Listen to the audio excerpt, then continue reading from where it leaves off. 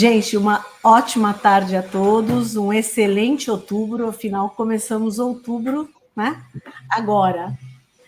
Então, primeiro eu queria agradecer, né? A gente juntos estamos construindo um trabalho novo, né? Em fazer o Fórum de Sustentabilidade, embalagem de sustentabilidade com a Natura, né? E eu acho que é muito legal para todos, né? E eu agradeço aos três, né? Então, eu queria apresentar já e agradecer o Alan Foster, que é coordenador de sustentabilidade da Natura, o Anderson Liba, que é gerente de desenvolvimento de embalagens da Natura, e a Damares, que é gerente de desenvolvimento da Natura também, aí é por áreas, né? Então, muitíssimo obrigado aos três por estarem aqui, para a gente contar um pouco das coisas da Natura e um pouco das coisas do que vai ser o fórum, tá? Bom, a gente fez algumas perguntas, né? Desenhou algumas perguntas e a gente vai começar com o Alan Foster, tá, Alan? Acho que todo mundo, né, quer entender um pouco quais são os desafios para promover a descarbonização em toda a cadeia de valor da Natura para a ambição de ser carbono zero em 2030. Aí tem algumas questões complementares, mas eu acho que se você pudesse falar quais são esses desafios, eu já emendo as próximas perguntas. Perfeito. Bom, primeiro, boa tarde a todos. Queria já aproveitar para agradecer também o convite. Acho que é uma oportunidade super boa da gente compartilhar um pouco aqui. Mas indo, né, diretamente para a pergunta, eu acho que quando a gente olha os desafios que a gente tem na cadeia, né, pensando principalmente em descarbonização, eu acho que um primeiro ponto, né, é primeiro conhecer essa cadeia, né, então, trabalho que a gente já fazia há algum tempo e agora está olhando mais uma vez, é justamente de mapear a nossa cadeia de valor, entender quais são os consumos mais representativos, né, quando a gente olha para os insumos de embalagem, e a partir disso, conseguir, junto ao nosso fornecedor, atuar nesses processos, né, entendendo quais são aqueles que têm oportunidade e que nos levam a reduções grandes de carbono, né. Então, isso hoje é muito necessário, porque quando a gente olha o nosso compromisso com a vida, né, que é a nossa visão de sustentabilidade 2030, a gente tem como metas, né, para descarbonização ser net zero no escopo 1 e 2. Então, quando a gente está pensando, primeiro, trazer reduções drásticas de todos os nossos processos, de consumo de energia também, né, escopo 2, e o que a gente tiver de emissões residuais, a gente conseguir fazer remoção, né. Então aí a gente conseguiria chegar num cenário de net zero para escopo 1 e 2, e para o escopo 3, a gente vai trazer reduções grandes, né, 42% de redução, para também chegar a um patamar que seria mais confortável e aí alinhado à meta de 1,5 grau, né, quando a gente fala em Science-Based Targets. Então, quando a gente olha para o escopo 3, né, que justamente está toda a nossa cadeia de fornecimento, a gente tem uma oportunidade muito grande e, apesar disso, óbvio, desafios também. Então, mapeado o escopo 3, a gente começa a olhar onde estão essas oportunidades junto com o fornecedor, entender o que a gente consegue fazer de mudança nesses processos, justamente para descarbonizar, né. Então, eventualmente, pode ser uma mudança de combustível, dependendo do insumo de embalagem que a gente vai ter, né. Então, por exemplo, o alumínio é muito intenso em consumo de energia elétrica. Então, o que a gente pode fazer no consumo de energia elétrica para trazer uma descarbonização grande do alumínio? Ou então, tem alguma coisa que a gente consiga endereçar na logística do fornecedor, né, uma mudança de combustível de frota, que a gente consiga também baixar a emissão desse produto? E aí, com esse produto, né, já com uma emissão menor, a gente traz esse benefício para a nossa embalagem também, porque, obviamente, vai ter um processo mais limpo no final, né, um processo menos intensivo em carbono. Mas tudo isso, né, exige, além desse mapeamento, a gente conseguir ter tecnologias disponíveis para fazer isso, né. Então, quando a gente fala de mudança de combustível, por exemplo, nem sempre a gente vai ter tecnologia disponível. Mudanças de processos sempre são temas sensíveis, né, para o nosso fornecedor, porque às vezes pode não ser tão simples trazer uma mudança, pode necessitar de algum investimento, então também é uma questão importante para a gente olhar, mas acho que com esse mapeamento a gente tem possibilidade de endereçar melhor as oportunidades da nossa cadeia, e aí trazer junto ao nosso fornecedor, que também sempre é muito parceiro, essas oportunidades de carbonização, descarbonização, que vão no final beneficiar todo mundo, né? Não só a Natura, mas todos aqueles que fazem parte dessa cadeia também. Tá. Você fala em escopo 1, escopo 2 e escopo 3. Então, relembrando, escopo 1 seria Tudo que é a nossa operação direta, né? Então, por exemplo, todas as emissões de carbono consumo, relacionadas à nossa fábrica, por fabricação. exemplo. Oi? A fabricação. Fabricação, perfeito. O Escopo 2, 2 é consumo de energia.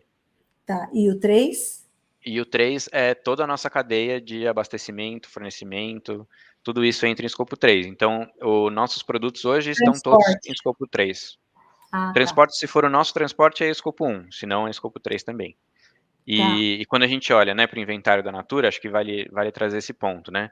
A Sim. maior parte das emissões, né, assim, maior mesmo, 95, 97%, está em escopo 3. Por isso que é bastante desafiador e é onde estão as maiores oportunidades no final também. Tá. Falando de desafios relacionados aos fornecedores de embalagens, né?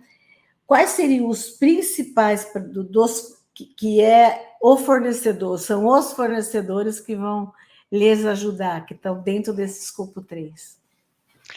Acho que quando a gente pensa nos fornecedores, tem 2 vieses que são muito importantes, né, 2 parâmetros muito importantes para a gente levar em consideração. Então, o primeiro, né, o quanto a gente consome de cada uma das matérias-primas, né, isso é fundamental, porque quanto mais a gente consome, maior representatividade ela vai ter no nosso inventário de carbono também. Mas, processos muito intensivos, ainda que a gente não tenha um consumo alto, eles também representam bastante. Então, quando eu dei o exemplo do alumínio, né, a gente não consome muito alumínio, mas o alumínio ele é muito intensivo em energia e, portanto, muito intensivo em carbono também. Então, quando a gente olha para esse mapeamento, né, esse diagnóstico, a gente vê que o alumínio também traz oportunidades importantes, né?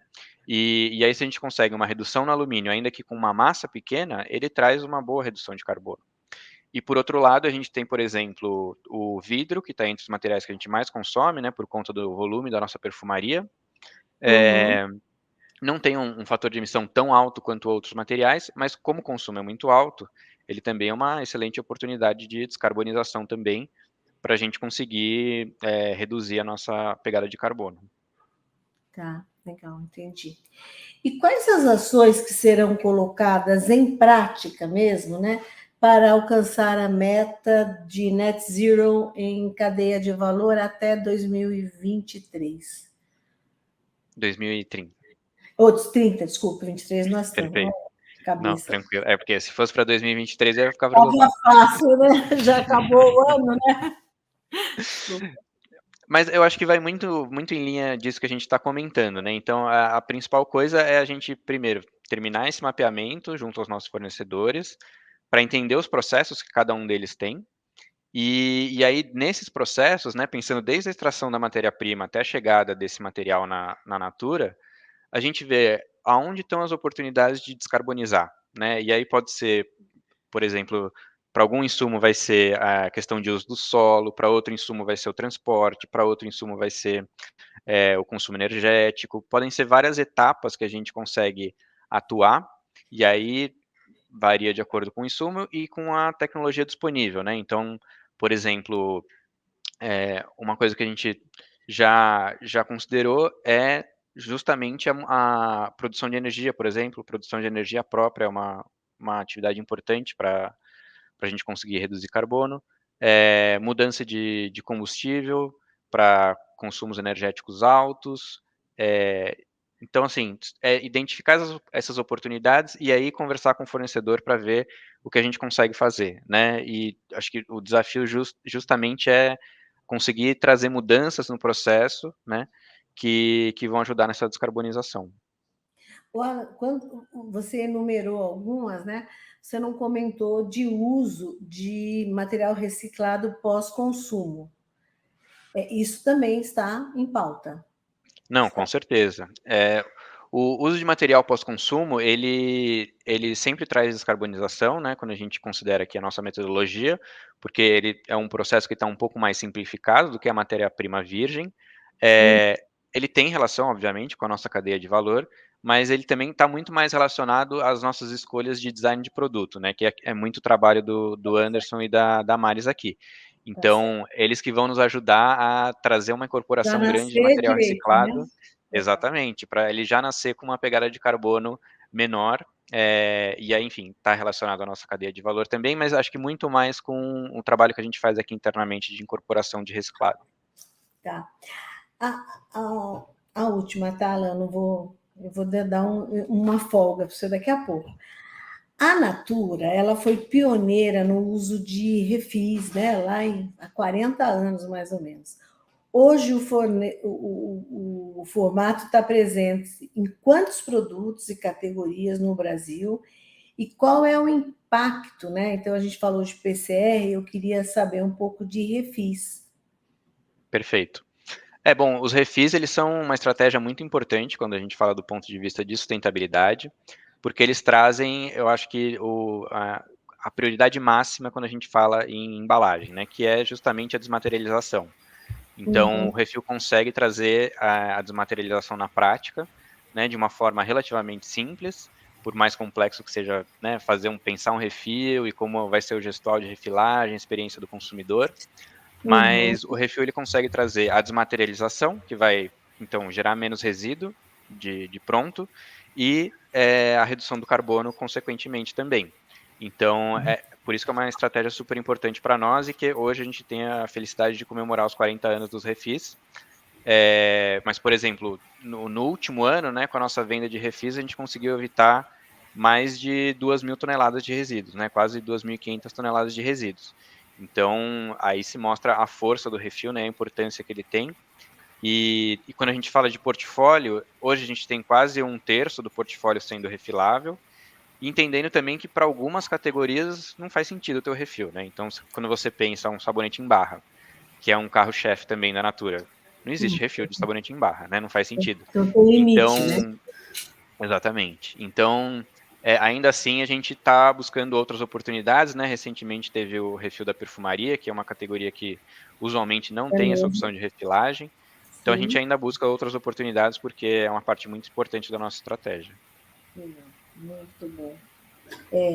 Começou refilagem de perfume há pouco tempo, né, relativamente, e é meio que uma quebra de paradigma, né? Com certeza. Mas quando a gente vê o I, o Lancôme também, né, usando em Eau de Parfum, então por que não, né? Fazer aquela pergunta, e por que não? Muito bom. Damares, vamos lá. Me diz, hoje 81% do material de embalagem da Natura, né? A gente pegou esse dado até com vocês, 81% já é reutilizável, reciclável ou compostável. Qual a importância, né, de inovação e tecnologia para o desenvolvimento de materiais aí dentro da Natura para redução de impacto ambiental? Bom, boa tarde, né, pessoal, primeiro. Vamos lá. Então, assim, é extremamente relevante, né, na verdade, esse dueto aí de inovação e tecnologia. Acho que, primeiro, dizer que o desafio que a Natura tem é de chegar em 100%, né, em reutilizável, reciclável, compostável, considerando o nosso compromisso com a vida, né? E aí, acho que a gente só consegue viabilizar isso através de parcerias que a gente, né, tem junto aos nossos fornecedores e nossa rede, para que a gente consiga fomentar novas soluções de embalagem, novas tecnologias de materiais, para que a gente consiga trazer inovação, diferenciação, sustentabilidade e ainda assim entregar funcionalidade, resistência, qualidade, né? Então, acho que esse combinado é extremamente relevante, e acho que outra oportunidade que a gente tem, para além da embalagem em si, é a gente pensar em alternativas para a cadeia, né? Porque eu acho que a inovação, a tecnologia não passa só pela concepção da embalagem, mas é fundamental para que a gente consiga atingir esse indicador, né, e esse compromisso tão relevante, é que a gente cuide da cadeia. Então, a gente sabe que muitas embalagens, muitos materiais que a gente utiliza hoje não possuem cadeia de coleta, né, seleção, reciclagem, e aí acho que tem um papel também super importante da gente conseguir, somado a outros atores, né, fomentar e estruturar essas cadeias que hoje não existem, né? Damares, quando você fala reutilizável, reciclável, é o reciclável tecnicamente ou quanto que é efetivamente reciclado? Bom, então, o reutilizável, né, para a gente, começando por ele, é quando, né, de fato, quando a gente considera refil, né, então, obviamente, a gente, incorporando o refil, né, como o Alan trouxe também, a gente consegue, obviamente, estender a vida útil do regular, então, por isso é super importante, por isso que ele está aí, né, o reutilizável. O reciclável, nós consideramos o reciclável na prática. Então, isso significa que não adianta só a gente trabalhar pensando em design da embalagem, pensando na composição, mas a gente precisa entender se essa embalagem, ela, além de ser passível de reciclagem, ela é reciclável na prática, né? Então, tem que ter os dois olhares, né? O olhar do material, da composição do material e o olhar da cadeia. Se uma coisa não existe sem a outra, né? Então, se um deles a gente acaba não entregando, para a gente não é considerável como aderente a isso. Tá? Legal, é isso aí. Muito bom. Quando você fala compostável, você pede laudos ou não? Sim. A gente tem uma série de certificados que a Natura valida para que a gente consiga utilizar e usar nessas embalagens e claimar isso também, né? Então, a gente tem, por exemplo, o certificado de compostagem da Tuve Áustria, né? Que a gente sabe que é uma das certificações mais relevantes aí para compostagem doméstica e industrial, dentre outros, né, que a gente exige para que a gente consiga utilizar um material dessa natureza. Tá? Legal. E a gente também tem parceria com institutos como o Senai para realizar também alguns testes de biodegradação, de compostabilidade. Tá. É porque apareceu compostável, não passou nem o bio, né? Degradável. Mas justamente, a gente assim, só faz uso de embalagem uma vez que a gente tenha a certificação de que esse material passou, né, por todos os testes e todos os critérios, né, de degradação. Muito legal, muito bom. Anderson, posso perguntar para você agora? Pode? Claro. Vamos lá. Obrigada por estar aqui conosco também, né? Vocês publicaram, né, que a Natura tem um projeto para eliminar 100% do uso do plástico de uso único em suas amostras, né? E a gente está falando de amostras. Como isso vai ser feito, Anderson? Bem, boa tarde, Assunta, a equipe do Instituto, a todos que nos assistem. É uma excelente pergunta, tá, Assunta? Hoje, as amostragens, elas têm um papel bastante importante dentro do nosso negócio, né, para promover, né, novos lançamentos, promover a experimentação, enfim, é fundamental a utilização das amostragens, né, no mercado de venda direta. E hoje, por exemplo, só para você ter uma ideia, a gente, em média, aí tem por volta de 40 milhões de unidades que são distribuídas por ano. É um volume bastante alto. E, portanto, né, ter soluções sustentáveis, né, que abordem este tipo de material é bastante importante, porque, como o Alan falou, qualquer ação sustentável que a gente incorpore aqui vai fazer bastante diferença nos nossos indicadores, né? Uhum. E daí, né, à frente que nós estamos trabalhando para substituir hoje, né, as amostragens, hoje, até num passado recente, né, elas eram feitas em plástico, né, num filme em PET-PE, né, um filme flexível. Os sachêzinhos, né? Exatamente, o sachê. Enfim, e a gente sabe que é um plástico pequeno, leve, muitas vezes a pessoa até tem acesso a uma coleta seletiva próxima de casa, mas por ser um plástico pequeno, ela acaba não destinando, e aquilo acaba indo para uma condição de aterro, né? daí o projeto, né, que veio para substituir, né, essa estrutura, né, PET-PE, num plástico flexível, por embalagem de papel, né, um flow pack 100% em papel.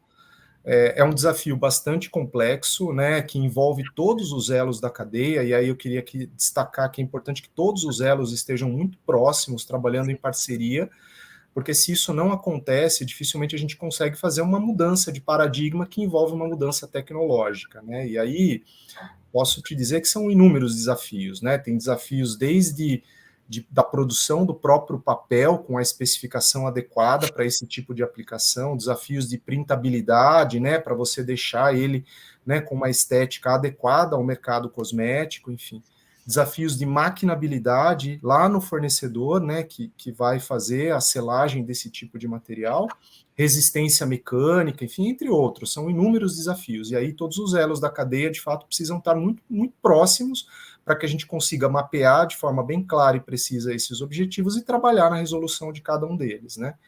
Enfim, então esse é um projeto, enfim, que a gente já iniciou a migração das nossas amostragens, né, dentro desse processo, e ele deve seguir aí, dado que são muitas amostragens, né, a gente tem várias fragrâncias, vários SKUs, isso deve agora passar por uma fase de migração, né, gradativamente a gente modificando, né.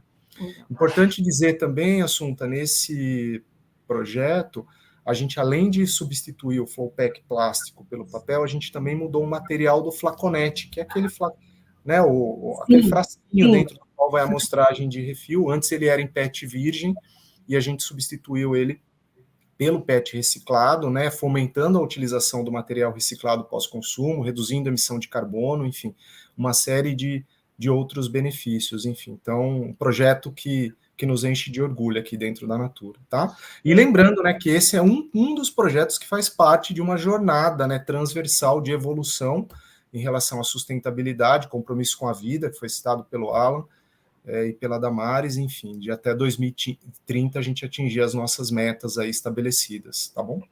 Então, Anderson, quando você fala aí dos projetos, né, do plástico de uso único e tal, e do uso de PCR, eu lembro que o vidro, vocês estão usando, em média, ou até 30% para o vidro, de PCR, né? Como que está o desafio para aumentar? Porque eu sei que algumas marcas já estão com 45%, né? Mas algumas, a média é 30% ainda, né? Sim, Assunta, a gente hoje utiliza até 30% de vidro reciclado nas nossas embalagens, né, da perfumaria. Como o Alan comentou, a utilização desse material reciclado, além de fomentar a cadeia, né, de reciclagem, a reutilização desses materiais, tem uma redução de carbono, enfim, tem vários benefícios ambientais. No caso específico do vidro e do vidro flint, né, eu vou separar um pouco a discussão aqui no vidro flint, que é o transparente, e o âmbar, exatamente. A maior parte da perfumaria da Natura e do mercado no geral, ela é no vidro flint. É que tem um padrão para a indústria cosmética de uma transparência que é característica desse segmento, né? Então, hoje, um dos grandes desafios para a gente conseguir, de fato, aumentar, né, a utilização de vidro reciclado para a especificação do flint é, de fato, a gente conseguir um vidro reciclado, né, de boa qualidade. Hoje, a gente sabe que na cadeia de reciclagem do vidro existem muitos contaminantes que estão presentes dentro do processo de reciclagem, não só na do vidro, como de qualquer outro material reciclado pós-consumo, mas em especial na do vidro, esses contaminantes, eles de fato prejudicam muito a qualidade, né, do vidro flint gerado lá no final. E isso hoje é um dos principais impeditivos técnicos que não nos permitem utilizar um percentual maior, né? Então tem lá contaminantes como materiais ferrosos, não ferrosos, madeira, cerâmica, né, até vidros planos, que tem outras características de processo, enfim. Então, tudo isso, né, dificulta a coleta de vidros de qualidade e muitas vezes o próprio convertedor, né, que é quem possui o forno para poder processar esse vidro, ele impõe restrições ou limitações, porque Caso ele receba um lote, por exemplo, de um vidro reciclado contaminado, isso pode prejudicar o forno, né? A vida útil do forno, a produtividade do forno, enfim. É uma tecnologia bastante sensível dentro destas características, tá? Por isso que hoje a gente tem esta limitação, enfim, de evolução na especificação do vidro reciclado para a especificação Flint. Agora, quando a gente fala do âmbar, por exemplo, que a gente tem no nosso refil da perfumaria, que você citou agora há pouco, nas suas palavras, nesse caso não. Como o requisito da transparência ele é menos necessário, a gente consegue trabalhar até com mais. E nesse caso, a gente pode chegar até 45% de vidro reciclado pós-consumo. Né? Então, eu peguei, que é com âmbar, né? Exatamente isso. Eu tenho. Então, basicamente é isso que limita um pouco a cadeia de vidro reciclado hoje. Tá bom, Assunta? Uhum. Deve ter também, imagino, né? A questão do problema de logística reversa, né, para vidro. E aí, Alan, aí eu passo a bola para você, né? Como é o programa de logística reversa da Natura para promover a circularidade das embalagens e a importância desses projetos para a marca? Perfeito. Eu acho que a logística reversa, né, está num lugar importante quando a gente olha para o tema de circularidade, né? Então, justamente é uma etapa bem complexa, porque a gente precisa, né, garantir uma volumetria grande de resíduos para a gente incorporar de novo nas nossas embalagens. Né, hoje a gente tem um programa que se chama Elos, ele está dentro da estrutura de suprimentos, né, justamente porque a gente entende isso como um insumo também. E o Elos ele vai justamente olhar para essa cadeia para garantir que ela tenha capacidade, que ela tenha boas condições de trabalho, que ela seja rastreável, e a gente saiba exatamente quais são os materiais que a gente está incorporando ali na nossa embalagem. E, né, já conectando os temas, é super importante a gente trazer esses materiais de volta e incorporar como material reciclado, justamente para, além de toda a questão de manejo, gestão dos resíduos, a gente ter também uma redução das emissões de carbono, né? Elas também contribuem claramente para isso, além, claro, do todo o problema que a gente tem de disposição final de resíduos, tudo isso. Então, acho que tem esse grande desafio, né, de construir as cadeias, né? O Brasil é um país gigantesco que tem muitas diferenças entre as regiões. Então, em alguns lugares a gente tem uma estrutura mais desenvolvida, em outros nem tanto. A gente ainda precisa trabalhar para desenvolver melhor. A gente tem uma participação muito grande, muito importante das cooperativas de reciclagem, dos catadores autônomos também, né, que é um cenário bastante complexo quando a gente fala de inclusão, né, uma situação de vulnerabilidade socioeconômica muito grande, mas com certeza, assim, a logística reversa é super importante para a gente conseguir colocar de pé toda essa estratégia, né, de incorporar reciclados, reduzir carbono. E aí a gente convida também, né, o nosso consumidor, ou todo mundo, na verdade, a participar desse movimento de logística reversa através das nossas lojas, né? Então, todas as lojas da Natura, The Body Shop também, elas recebem embalagens de cosméticos, independente da marca, para a gente conseguir também trazer para a logística reversa e dar a destinação adequada, né? Isso vai variar um pouco de material para material. E então a gente convida também as pessoas para participarem disso, também nas suas casas, fazerem a separação correta dos resíduos. Isso é super importante para a gente conseguir dar sequência depois para os materiais reciclados. Então, a logística reversa entra no final ali da cadeia, que é um cenário bastante complexo, e nos ajuda a recriar essa cadeia, né? Reinserir tudo isso depois e fechar esse ciclo voltar, de né? incorporação. Fazer Exatamente. voltar para fechar o ciclo, muito legal. O Anderson, quais são as oportunidades, né, que você vê para melhorar a produção de embalagem utilizando materiais de fonte renovável? Tem oportunidades ainda? Opa, sempre temos. Assim, Assunta, acho que quando a gente fala de materiais renováveis, acho que o papel, né, ele é um material que cumpre muito bem essa característica, ele é renovável, ele é compostável, enfim, biodegradável, então acho que o papel tem muito. Hoje a Natura, só para você ter uma ideia, o papel é o terceiro material que a gente mais utiliza, né, em termos de peso, 23% da nossa massa das embalagens estão dentro dessa categoria, e a nossa intenção é cada vez mais ampliar a utilização do papel, né? Enfim, até em algumas determinadas situações, tentando substituir embalagens plásticas por soluções em papel, que a gente sabe que são, do ponto de vista, né, sustentável, mais adequadas, né? Enfim, é um desafio, né, por uma série de aspectos, principalmente quando a gente fala das embalagens primárias em si, mas é algo que a gente vem buscando. Enfim, a gente já tem, inclusive, alguns cases de sucesso, que a gente recém conseguiu substituir alguns termoformados, alguns berços, né, que a gente antes utilizava em laminados de PET, a gente substituiu por berços em papel, enfim, e algumas outras iniciativas nesse sentido, né, enfim. Além disso, a gente tem a utilização do plástico renovável, né, que é o PE Verde. Hoje, a Natura já utiliza essa tecnologia há mais de 10 anos, enfim, hoje ele tem uma participação bastante importante dentro do nosso portfólio de polietileno, enfim, e a ideia é que nós continuemos utilizando, e a gente tem algumas fontes, algumas iniciativas talvez assim um pouco mais disruptivas, né, falando de bioplásticos, biomateriais, enfim, com aplicações um pouco mais específicas. O ano passado, por exemplo, a gente lançou a marca Biome, aquele acessório com um bioplástico feito a partir do metano, enfim, a gente tem algumas iniciativas para fomentar materiais mais inovadores e disruptivos nesse sentido. Mas daí a escala, nesse caso do metano, é bem menor, né? Sim. Damares, deixa eu perguntar uma outra coisa para você, né? Se é que você pode abrir algumas, né? Quais as inovações estão no horizonte da Natura para a redução de emissão das embalagens, a redução das emissões, né? Para fazer a redução do impacto ambiental? Boa.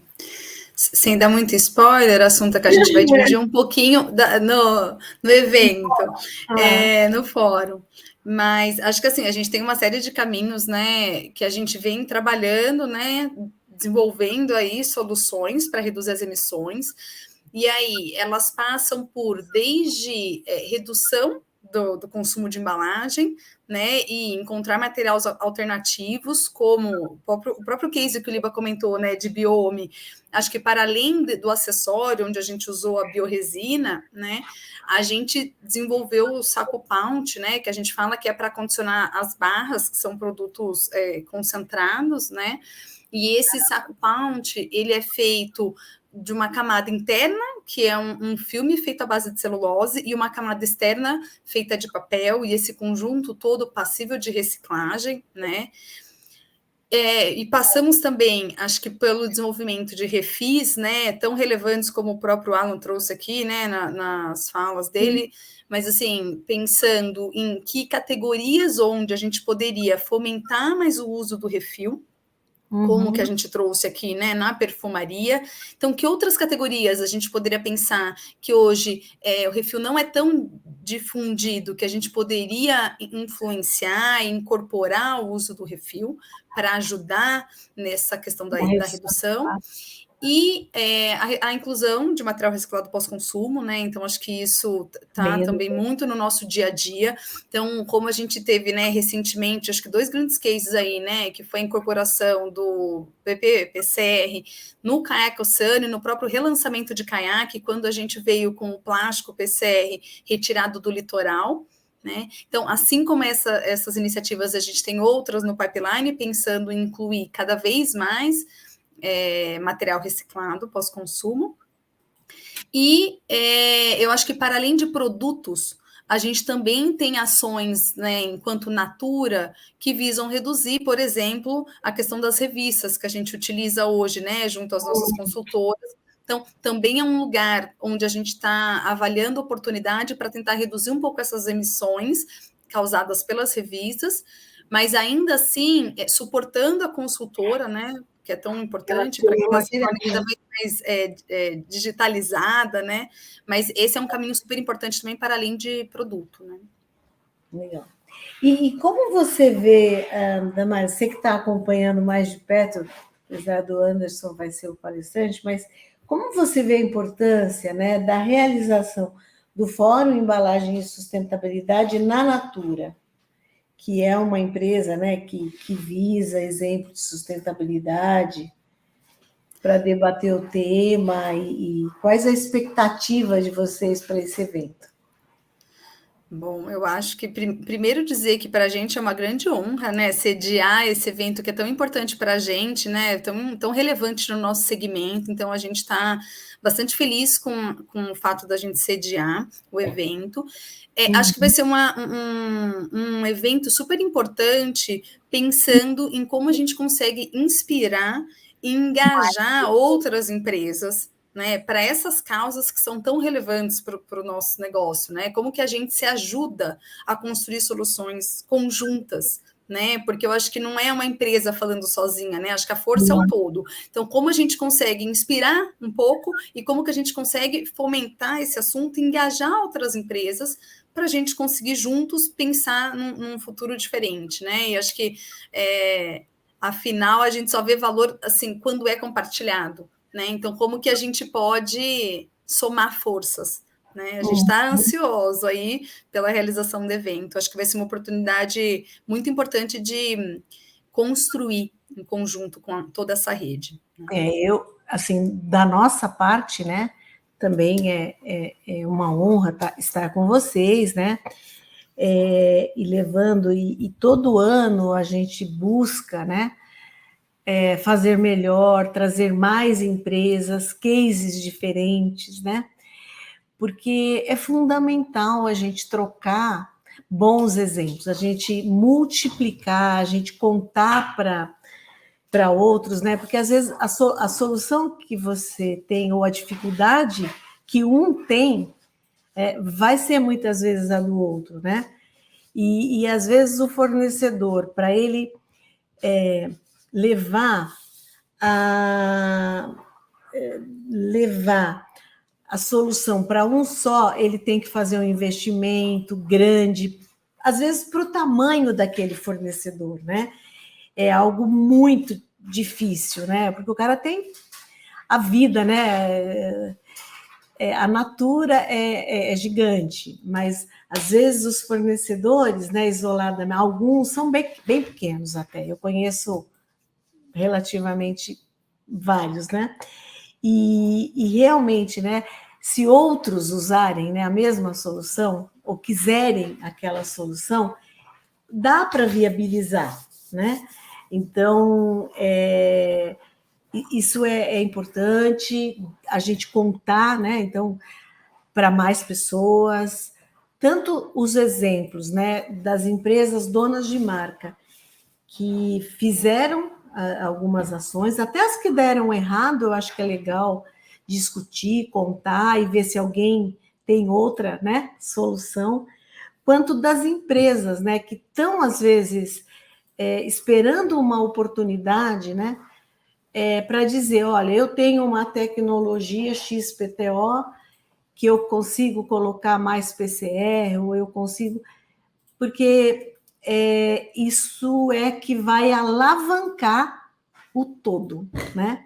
A gente vai ter gente do varejo, a gente vai ter iniciativas sociais, né? Que a gente vai levar. Essa semana eu vou viajar de novo para uma feira para buscar mais alguns ingredientes, né? Mais material para contar, porque realmente a gente é o nosso papel, né? É fazer essas conexões, né, de quem quer fazer melhor com quem já tem alguma solução ou já testou, e acho que vai ser uma troca incrível, né? E o fato de poder visitar, né, a planta, eu acho que é muito rico, né? Eu achei isso de uma generosidade de vocês, né, de abrirem para as pessoas visitarem. Aliás, a gente já está com poucas vagas, né? É para daqui quantos? 25, então faltam 23 dias, 3 semanas, e já tem poucas vagas. Então, quem quiser realmente buscar fazer a inscrição, depois o Ed colocou o link ali, está lá no site, a gente vai ter que dar um jeito. Quem não puder... A gente até fez uma jogada, né, que como tem a visita... Então, quem vai num dia, no outro dia fica online, justamente para dar oportunidade para mais pessoas visitarem, né? Terem essa experiência, né? Que vai ser muito rica. Eu fico à disposição, não sei se, Damares, se você quer fazer algum comentário final, ou de fechamento, o Alan ou o Anderson. Eu queria só agradecer novamente o convite, assunto. Acho que é sempre muito bom a gente estar junto aqui para falar de um tema que a gente gosta tanto, né? E que acho que é importante, né? Isso, a gente falar e engajar e se conectar com pessoas, né? Então também seguem nossos contatos, caso queiram, né? Tirar dúvidas, porque é tão importante para a gente essa troca, né? Então agradeço mais uma vez o convite, para a gente foi um prazer mesmo estar aqui e convidá-los, reforçar o convite aqui feito pela Assunta para estarem no fórum agora no finzinho de outubro, que a gente está esperando vocês. Legal. Obrigada. Anderson? Oi, Assunta. Enfim, agradeço a oportunidade. É muito bom a gente poder falar um pouco a respeito da temática de sustentabilidade, que é tão importante, né? Faz parte aqui da Natura como essência, né, da marca, e essa troca muito viva, assim. Acho que no dia é uma experiência muito mais intensa, né? Porque não é que nem aqui uma live onde a gente fala, não consegue ter esse retorno das pessoas, essa troca. Então, no dia, com certeza, né? E acho que assim, a oportunidade de vocês verem um pouquinho como a gente faz todos os produtos com muita paixão, com muito carinho, com muito capricho, enfim, né? Vocês vão sentir um pouquinho do que é esse universo da Natura. Então, de fato, vai ser um prazer receber você, todas as pessoas do Instituto e os participantes aí do evento conosco nesse mês de outubro. E obrigado. Opa. Alan? Muito bem. Bom, queria agradecer o convite também, acho que é super legal a gente conversar sobre isso, é super bom a gente compartilhar essas iniciativas, porque, como a Dama estava falando, é importante que a gente faça isso em conjunto, né? Isso exige muita parceria também, né? Seja com fornecedor, seja com outras empresas, poder público, então é sempre bom a gente compartilhar isso com todo mundo. Reforçar o convite para vocês participarem do fórum, né? Vão lá conhecer Cajamar, super bonito. E também convido vocês, se quiserem conhecer mais, podem nos procurar, claro, mas também podem procurar nosso relatório anual, está disponível nos 3 idiomas, só dá um Google que vocês vão achar. E Legal. levem aí seus cosméticos vazios, limpinhos nas nossas lojas também. Legal. Gente, muito obrigada a vocês, aos participantes. Quem ainda não fez a inscrição, faça. Quem tiver perguntas pode mandar, a gente encaminha, a gente faz a ponte e vamos estar sempre à disposição para ajudar, tá bom? Obrigada, gente. Obrigado. Tchau. Obrigada. Tchau, tchau. Tchau, gente.